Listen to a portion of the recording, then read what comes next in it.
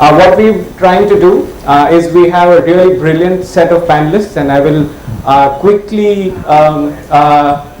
tell you what each one specializes in, and what we want to do out of this panel, and we'll take about 30 minutes for it, is to try and understand what AI really is in the current scenario, and what is the business impact of AI. And of course, we'll also try and bring in some of the questions that each of you may have.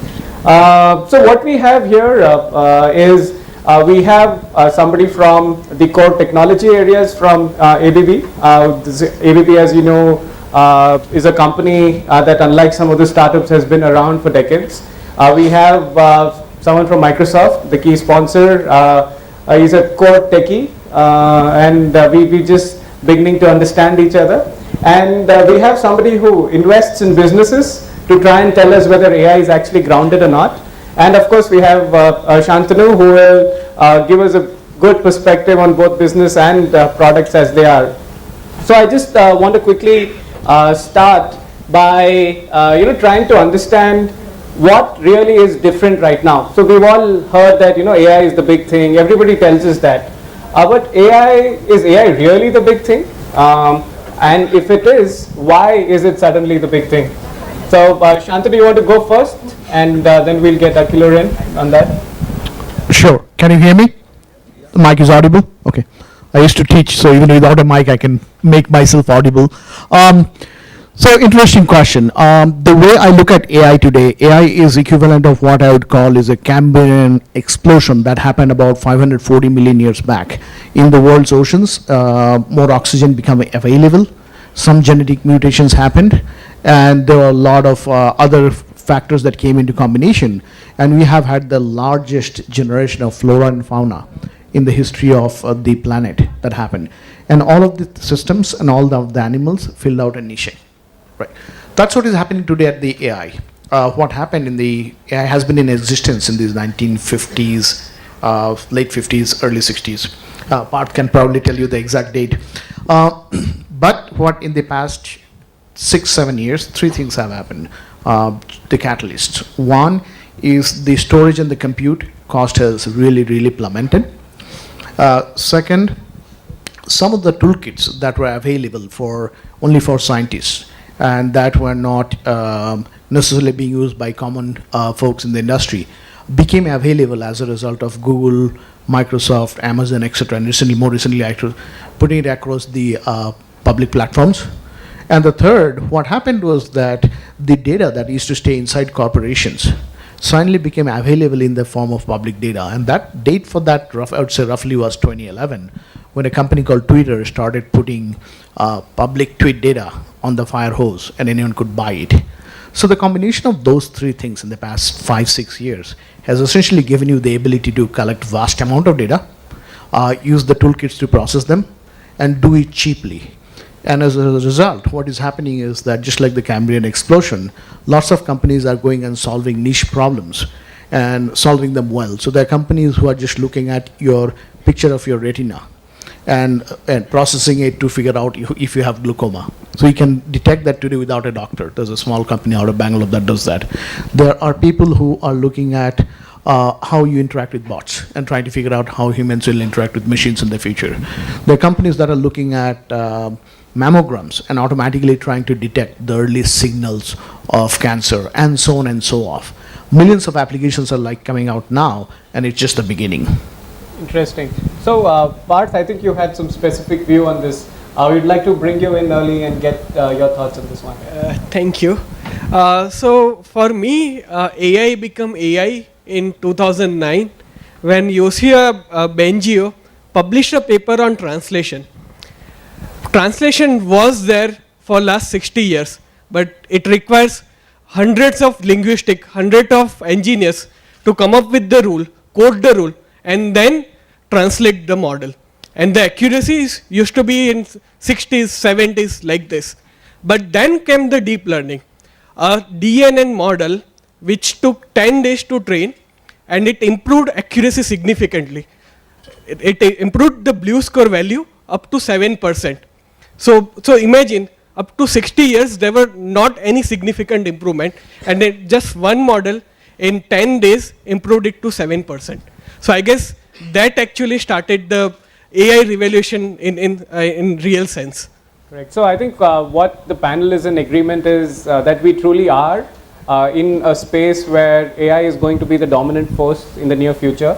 At the same time, is it just limited to technology? What are some of the new areas that we are seeing? So Akilur, who is the CTO at ABB, and ABB works across different verticals, and also interestingly, it works across different stacks: mechanical, embedded, software, etc. So where is it that you are seeing the greatest impact of AI, and what are some of the interesting use cases that are being solved, which maybe people never even imagined before? Okay, so let me start with the robot we saw just a few minutes I back. hope you forgot all of that. It makes us look all bad. Yeah, but as ABB we make robots, industrial robots. We have been making since 60s and 70s, and the big brothers of the small one which we saw and which basically entertains and talks, but we make robots which work also in the factory and okay. So today, I mean, I am just giving this example because that was, the real concrete thing we saw today. So last year we came up with a robot which is called Yumi. You and me, we can work together. It's a collaborative robot, and it can work alongside of the human being in a factory, in any environment, industrial environment, mostly. Yeah, it's safe, and it also adapts itself with the human being, the person who is working with him or her. I can't say robot is which gender. Yeah. So the important point there is that how this robot can learn the human behavior, because of course this is a controlled environment. It may be going into uncontrolled, but the behavior, human is there beside, which is working together with the robot. The behavior may change, the emotions, there so many things. I think this here exactly is the AI which will take a shape in terms of the robot learning from day to day, from time to time, from minutes to minute, how the human being is operating and working with him. And the AI can learn and also adapt itself with the environment. So that's example of AI, how it can come into the shape. That's a good point you brought in. Yeah. Because I remember whenever we used to design manufacturing shop floors, and robots were ideally in cages. If they were not in cages, there used to be a clear radius plus half of it separation so that the arm doesn't move, kill anybody per se. So I think what you're saying is actually really, really big, interesting. Yeah. One more thing that we are all looking at, I guess we are all excited about technology, we love technology, but at the end of the day, is it actually making money for anybody? So we'll ask Abhishek that. So they invest in companies, invest in startups. So we wanted to just get your understanding in terms of, are we seeing any accelerated velocity of startups in this area? Are there actually exciting startups to invest in? Right. So to start with, Siddhant, yes, I still remember that you said, it made us look bad. So, Akilur was kind enough. And to Akilur's point, we generally invest in, AI which work and not only dance. So hopefully, at least we believe that. Just to, maybe a minute on the context, I think while over the last 50, 60 years, there's been a lot that has happened on the technology side and, data connectivity, the computation, the storage, and so on and so forth. I think, few things what we have observed being on the other side of the table, investing not so much in technologies, but really, businesses. At the end of the day, I mean, all these technologies need to morph into a product and then into a sustainable business models. What we have evidently seen is, a combination of deep domain expertise, trying to solve a problem or, few problems, specifically leveraging AI ML. So now it's no more about, just open AI and then you leverage me. It needs to solve a particular problem, right? I'll maybe run through quick examples. Without naming them, few of our portfolios, we do invest in deep tech startups. There are 3 of those companies. One is in the healthcare space, so they use AI ML to build diagnostic software. Essentially, they are targeting 3 areas, which is pathology, and then your radiology, and then eventually they want to take it off to hematology as well. just on the pathology front, they are right now basically studying the blood smears, the peripheral blood smears to diagnose on the lab reports, on the digital images of the bloods, that what kind of abnormalities are there on the cells. And what we've also learned is probably, at a very high level, there was the man, and now there's a man plus machine combination. We are in that phase because a lot of data availability is there, but then, that data needs to be also pushed in right now manually. I think 4 years, 5 years down the line, it'll become probably only machine, that's the understanding. But a lot of these, so coming back to this healthcare, what they do is they are not only making, a lot more accurate results in terms of the outcomes of some of these, studies. They're also making a lot of cost optimization. They're also getting into the interiors of the, the geographies of tier 2, tier 3 cities and so on and so forth. So it's a lot of democratization of healthcare at the end of the day, right? So a combination of smart microscope and then, an AI ML application on the server side is what is helping them. The second is, where we see a lot is on the business processes side, where, sort of beefing up sales automation engine, marketing automation engine. A lot of AI ML applications are something that we see off and on. The third, where we have also invested, is on the security side. Which is how, on the edge networks itself, a combination of machine learning can create, signatures for newer and newer sophisticated sort of machine bots or bots that you would want to prevent. So these are some of the applications where we see where at least, the customers seem to be paying money. Interesting. All seems really good, really nice, but is it actually that simple and straightforward? So Parth, I wanted to get your viewpoint on what are the real challenges that the technology community is facing in trying to solve some of the problems that Abhishek mentioned? Is it that simple? What is the next big technology challenge that needs to be solved in AI itself? Yeah, so some part of it now has become simple because a lot of toolkits and a lot of, let's say, R library, Python library, Azure ML kind of things are already available. But still there are lots of core challenges. So if I talk about the core challenges, it's like mathematical optimization. So I talked about the translation part, right? It took 10 days for a machine to learn. Can we do it quicker? So that is number one challenge. Because let's say when you want your algorithm to be trained on edge of a golf ball, or let's say even in a mobile, you need it to be lightweight. If it is very heavy, well, you need a lot of GPUs and a lot of time, then it will not be able to sustain for long. So one of the major challenges is how you can optimize those algorithms.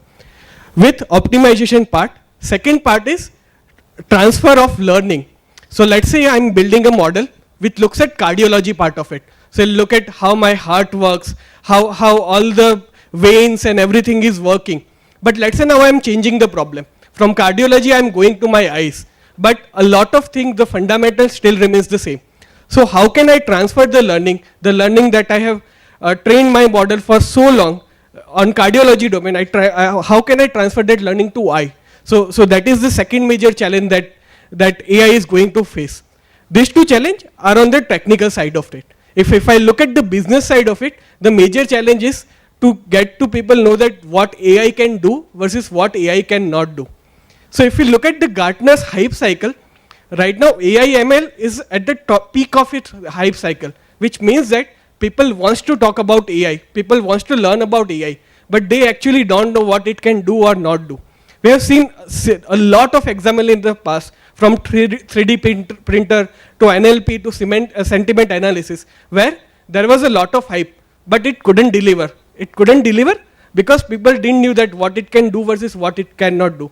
So one of the major challenges from the business side is to understand that still there are only certain things that AI will able to do, and there will be a lot of things which AI still will not able to do. Interesting. And we thought people like you worked only in startups. Okay. Good. So Shantanu, any specific points on technology challenges that you've been trying to solve in your current day-to-day routine? Absolutely. This is not something I'm trying to solve right now, but I think it will become important, and Parth, you might know a little bit about it and you might appreciate this. So what's happening, if you think of the field of AI, right? The way learning happens, what is AI? Essentially, you're trying to teach machines how to think or learn like humans, right? The first part of it is the big buckets are, one part of it is called the supervised learning. What it really means is how you teach a child, right? You show him 20 types of chairs and say that's a chair. The child sees a table and says that's a chair because it has 4 legs. They say no, that's not a chair, that's a table. And then you start teaching them more. That's supervised. That's the way how you teach your children, correct them and all that stuff, right? Then there's unsupervised, which is give them a zillion data points and they sort of learn by themselves. I'm just saying it broadly, not in deep technical sense. But both of them require huge amount of data. Now there is a new class of problem. My hunch is will start evolving where there is not enough data. So think about self-driving cars. There are millions of types of accidents, right? Of which maybe just taking, just making up these numbers, of which there is enough data about say 8 or 9 lakhs types. But the 10% of the accidents are going to be so rare, there would not be enough number of data points to teach a self-driving car how to do it. Now, if the regulators have to approve it for all possible combinations, and think, so car driving is one area, right? There are other critical applications in which you'll start seeing that such things are occurring, that there is not enough data, what is called as the far right side, which is very rare events for us to train the machines. So I was looking up the literature to see what would you do around them, and it turns out the historical precedent around that called rare event phenomena. It actually happened in the days when we had not much of resources. So in the olden days, AT&T, when it was the dominant phone carrier in the US, used to have point-to-point copper lines, right? Wichita, Kansas to Kansas City, Missouri, right? Millions such point-to-point connections, some of which will fail, but you didn't have enough data to say which will fail. So a bunch of Bell Lab researchers back in those days worked on that area. So that area has sort of died down in the 70s and 80s. It's again coming back. So in AI field, what do you say? Or I'm right now old enough to say that everything has a 30-year life cycle. Things that died in the 80s or 90s are now coming back to be solved in a very different context. So there are problems like that that will need to be solved eventually. But that's one area I think where some of the researchers will start coming back. Interesting.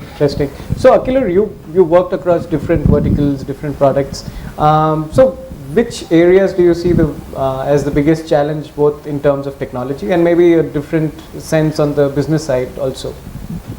Yeah, we are talking about different domains where AI can be applied, and also different machines, different type of people, Internet of Things we are talking about, and things we have hundreds, millions of different type of things. So applying AI to all these, and you can imagine there are billions of configurations. I mean, you have to take one by one maybe, or maybe with a batch, and then apply, create the rules and algorithms. Very important is, where do we baseline? Because AI is not going to be a destination. It is going to be a journey, continuous journey. It will never end, because the system has to learn, and also we as a developer or scientists, we have to also make the system to learn new things, new constraints. So depending on the domain, I think it's very important that we baseline the technology, the optimization, what Parth was talking about. At some point of time, say that here we can actually start, working on AI, apply them into our real life situation, physical process, and maybe it will solve 20% of the problems, but remaining it will solve on the way in the journey. I think that's very important, because in different domains, for example, in the engineering domain, we have been this finite element modeling, simulation, multiphysics, computational fluid dynamics. We have been working decades, and those things can be used in AI today on a real-time basis to monitor some physical entity or things, and diagnose, and also come up with action, and then apply the action automatically or maybe with human intervention. So all these, merging all this technology, and also from past what we have, digital twin, for example, is the new term coined, what we have been doing in the modeling and simulation area. So how they can be applied to the AI, and then AI can be baseline for each application. That's the key, I would say. And we are moving towards that, because the platforms, they are enabling it. Because earlier we didn't have the platform where we can really run these algorithms. It was all proprietary algorithm platforms and all, but now we are getting the standard platforms. Yeah. Interesting. So I think I do have a couple of more interesting questions, but what I would like to do is get the audience in. I think you've got a good flavor of the panelists and what each one is really good at. We would love to take some questions from your side. Anyone? There? Can we get a mic for the gentleman here?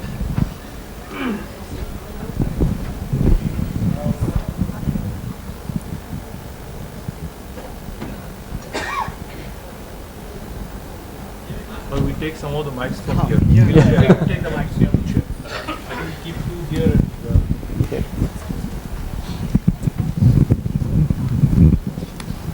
You can have a seat. That's okay. That's okay. Hi, I just wanted to check with you guys is that all the AI is all about learning, and even the deep learning is all about learning. Do we have anything where we can make our model self-awareness? Where are we heading in that direction? You kind of stole my last question. Yeah. Okay. Want me to take that Go on? on, yeah. So I have some perspective on that. I don't know the answer, right? So I have some perspective on that. So one of the things that the research around that are going around in the what is simulation of deep brain. One of the questions people do not know answer of yet is consciousness a part of computing, or is consciousness something human that's very different, right? If it is part, I spoke on the wrong subject, I suspect, and some AI intervention happened. Look, that guy's eyes lit up. I think he doesn't like the question. Anyways, That's his consciousness. that's his consciousness. He just intervened. So the thing is that do not know yet, right? There are initially, see, even the question of consciousness 20 years back, a lot of scientists didn't think that the lower animals, right, cats and others, do not have consciousness in human sense, and it's turning out that it's get more and more. As you look at the animal behavior, you are seeing them being aware and self-conscious, empathic, on all of the thing and all of the qualities that we used to associate with human beings, right? So one of the ways you can do, you can plot a graph saying that at an IQ level of X, we think this animal is conscious about things, right? Or aware, self-aware about things. And if you go down that IQ curve, you're actually going down to the IQ levels of 40s and 50s in human terms, right? And the machines are going up on the IQ curve in a similar direction. So one doesn't know whether this is a 2 years, 3 years from now, 5 years from now. And the worrying question is we do not know how to define it. They may become conscious or self-aware in the next 5 years. We just would not know. There's a recent news, I don't know whether someone noticed it, that Facebook's bots are already starting to develop their own language. I was wondering, what are they talking about, if they did? Literally, what are they talking about? Literally, what are they talking about? So, Great, interesting. Can I add something? Yeah, please. Yeah. So I think learning is the integral part of the AI, and the system has to be adapted and also developed based on that. But what the learning we should provide to the AI engine or the machine or whatever, that's the question. So before I address that, I just ask, what's the percentage of the brain power we use, normal human being? 3 to 4%. 10%, yeah? So I think this 10%, whatever we are using, I think that can be probably converted into the AI, which will self-learn. And we as human being, we have to go beyond 10%, maybe 15, 20%. And then there actually, people always say AI will, kill jobs. Actually not. It'll trigger our thinking to go to the next level, beyond what we are doing today, using our brain. Yeah? Interesting. That's a good perspective. Anyone else? Yeah, yeah. Yeah, please. See, I have an IoT company, and then we provide solutions to transport logistics as well as to industries in the men and material management. Predominantly Indian customers. So in my personal experience, so I have not seen much of pull from the customers on this AI and machine learning so far. Even though we have offered it as additional solutions, people are quite what I feel is cost conscious, and most of the managers, we have to educate them even to use data, how to use data to make decision in many of the small and medium businesses.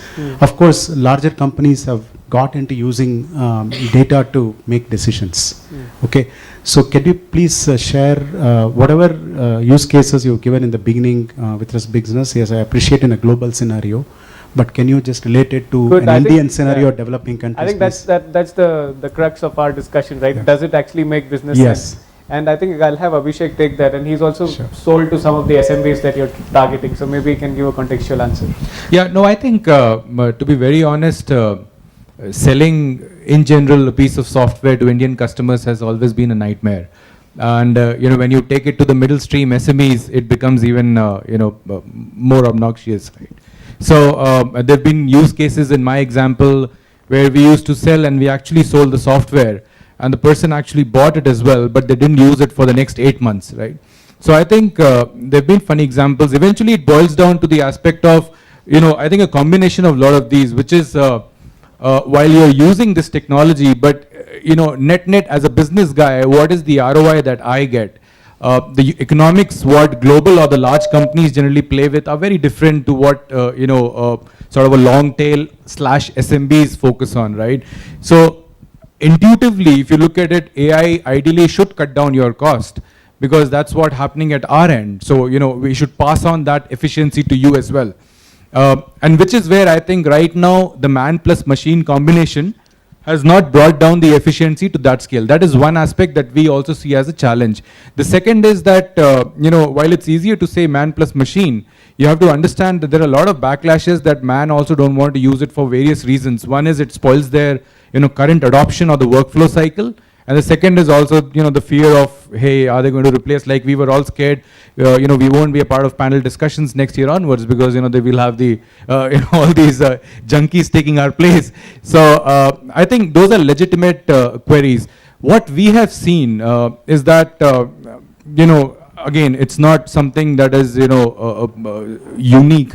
I think eventually it's selling another software, which means we have to go in first and then try to kind of create that ROI or economics for that customer to get a clear understanding of the core value proposition, what that software is all about, and is it really bringing that net impact at the end of the day or not, right? And which is why I must confess that a lot of our companies specifically, which focus or which leverage deep technology or are building softwares, they are actually still selling to the outside world, right? They're not selling so much in the Indian context. But one of the companies which has been able to successfully sell is where they've been able to very nicely fit it in the current workflow of the engine. So I think that is something where I was alluding to that deep domain and specific problem solving is now gradually catching up. Hopefully, that needs to show on the economics front as well for some of these customers and solve the problem is my take. Interesting. One final question before I complete. Yeah, please go on. Hi, this is Javed here, and we bought this robot. I have a question, and I would like to ask You're the robot's father. Yes. We have Mr. Vijay. He's the founder of the robot. Oh, okay.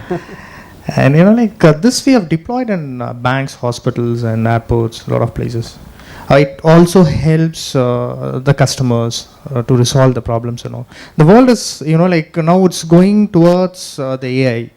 So what do you think about the next generation? What is going to happen? And Good. I think anyway that was the topic that we wanted to discuss. Yes. Towards the end, and I think Shantanu, you had a very interesting viewpoint on future of AI and what we should be really scared about.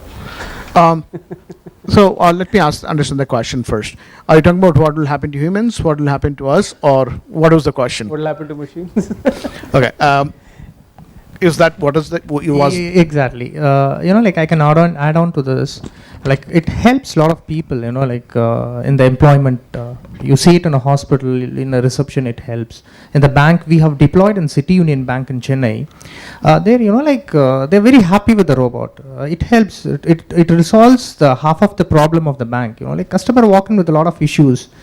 This helps the complete core banking of the customer and the bankers.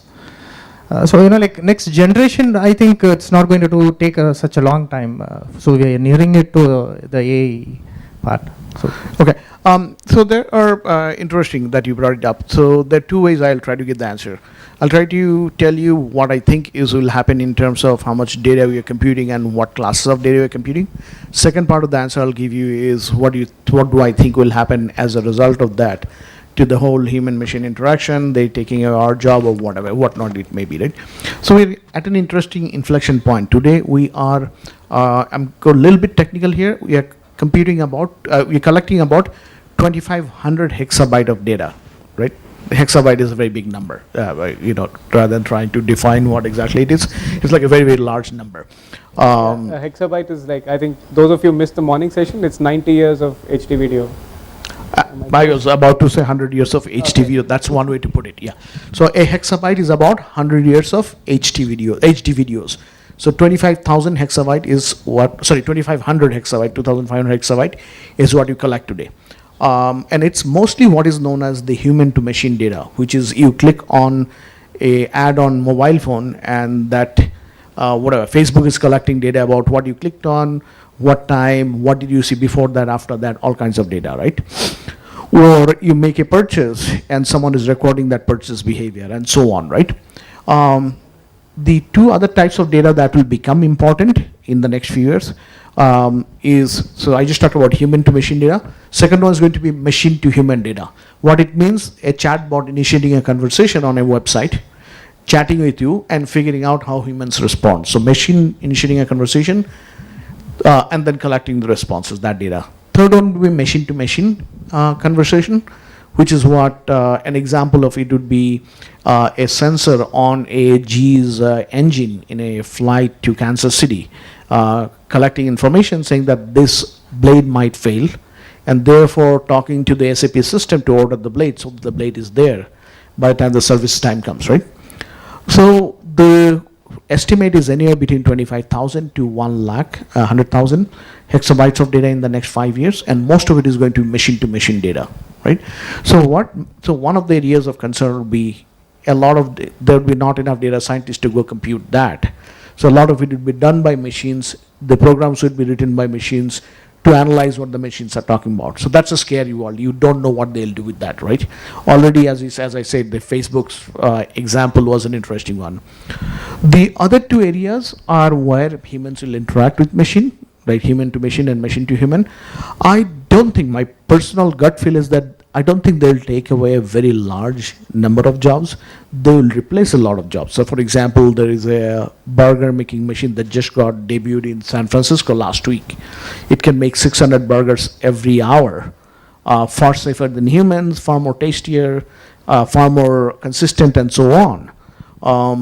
Humans will evolve to find another job, right? You'll move into either a higher order job or more likely jobs that require a bit of what I'd call the human feeling, right? Empathy, understanding of other humans' conversation, understanding of someone else's thought process, and so on. So a lot of the jobs will move into that areas. So I don't fear it yet, but if you look at there's a paper from, I think MIT's MIT Technology Review, it says even those ones, understanding human empathy, human feelings and all that stuff, that will require just around the 70, 80 years to process and for a machine to get as good as humans. What happens at that point? That part I do not know. But in the next generation, your question was lucky because I only have to look at 20 years. I don't think much will happen. Yes, jobs will get displaced.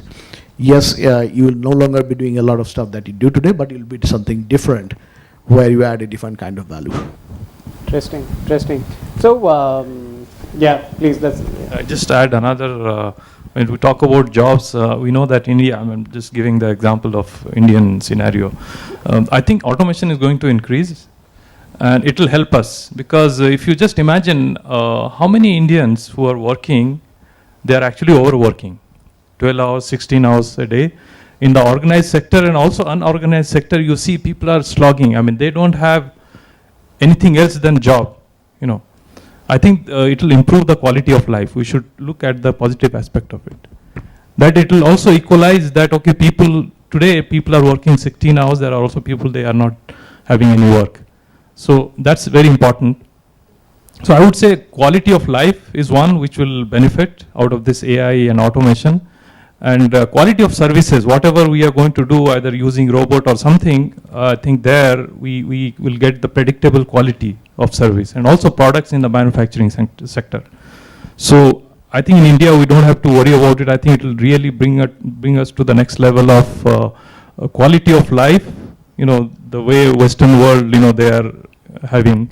We should also aim to reach to that level with all this automation, not to worry about it. Yeah.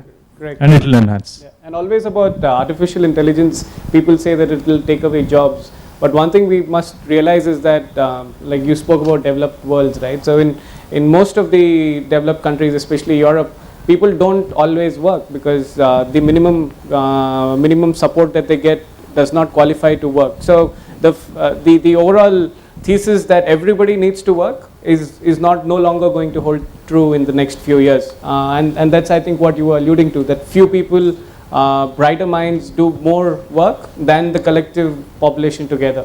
I think that's an interesting fact to look at. Just coming back, I think I have just one or two more questions.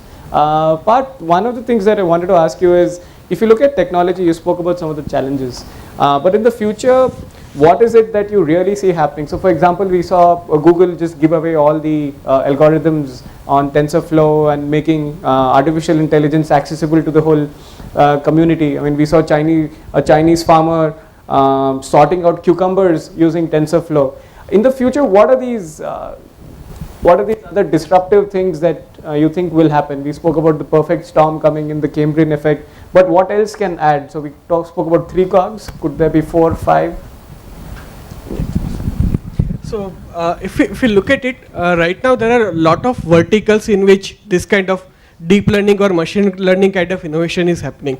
So let's say cucumber, so it's one of the agriculture very micro segment vertical on which people are working. So if say healthcare glaucoma, it's again very small micro segment on which people are working.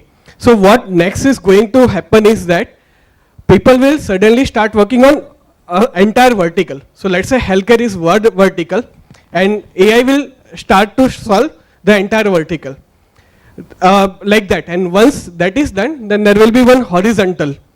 So AI will try to solve which are on different vertical, then it will try to solve everything together. So that kind of innovation might start to happen. So that's what I feel. But it will take some time, because till this point of time, we are not even able to have cars drive in your auto car drive in the country, because some of the problem that the delivery is facing is that you don't even know where roads are, right?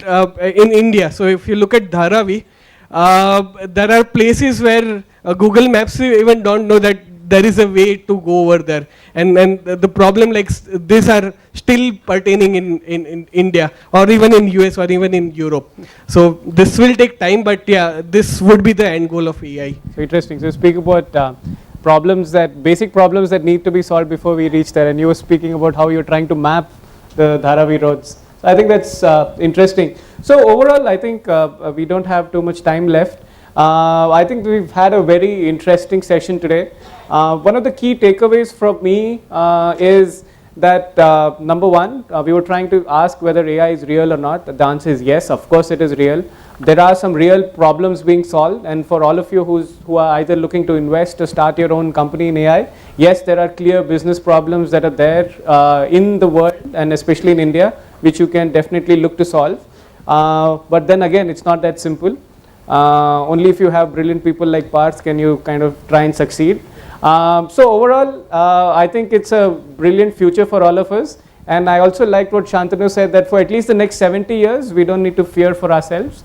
It's after that that maybe we need to think through that. So unless people are thinking about 80 plus, 90 plus, what they want to do, I think we are okay for now. So By the way, on that one, Siddhant, I don't know if you guys know, there's already first and only venture capital which runs on AI, started in US. So they just use AI ML to actually make their investments. So I'm not sure how about successful that, are they? Yeah, we'll know. Great. Okay. Thank you. Thank all. Oh yeah, please go on, Shantanu. Yeah, and And before AI makes us extinct, I actually plan to go extinct in the 70 years. Thank you. Thank you all.